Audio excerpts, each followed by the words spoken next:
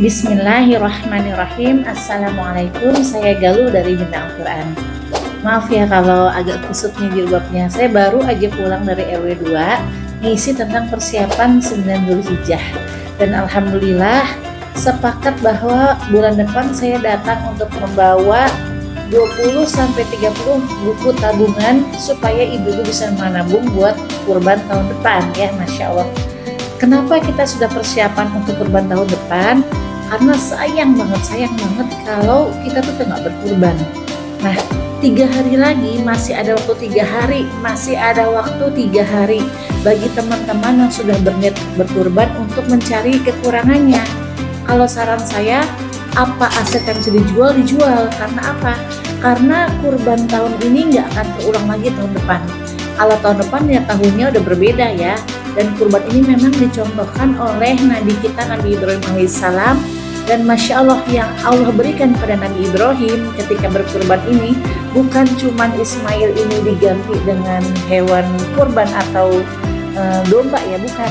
Kalau ibu-ibu, bapak-bapak, cerita anak-anak pasti, Ismail diganti dengan hewan kurban. Tapi bukan itu sebetulnya, bukan itu aja, itu baru koma. Setelah Ismail diganti dengan hewan kurban, Allah juga memberikan Nabi Ibrahim alaihissalam itu Ishak ya. Padahal kosongnya berapa puluh tahun tuh ya ketika akhirnya beliau punya anak Ismail. Jadi setelah diberi Ishak, nggak cukup dengan itu, ternyata Ismail dan Ishak juga dijadikan nabi oleh Allah Subhanahu Wa Taala. Jadi misalnya kita punya harapan nih, ya Allah jadikan anakku anak yang soleh, nggak usah nabi lah ya, karena nabi terakhir ada Nabi Muhammad SAW. Bisa dengan berkurban ini kita mengharapkan doa yang tembus sampai ke langit bahwa ya Allah jadikan anak cucuku anak yang soleh. Karena bukan itu saja, bukan cuma Ibrahim diberi kemuliaan oleh Allah Ishak dan Ismail menjadi nabi, tapi seluruh nabi-nabi itu mayoritas adalah anak cucunya Ibrahim semua.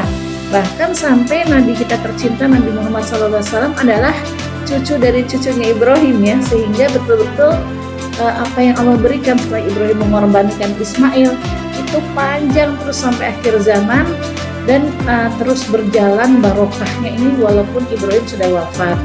Jadi kalau misalnya tahun ini kita tidak memeras keringat kita, memeras pikiran kita supaya bisa berkurban, sayang sekali karena balasan Allah bukan cuma di dunia ketika kita masih hidup, tapi sampai terus ke anak cucu kita. Allah beri keberkahan dari kurban kita sekarang, bagaimana Allah contohkan pada kurban Ibrahim.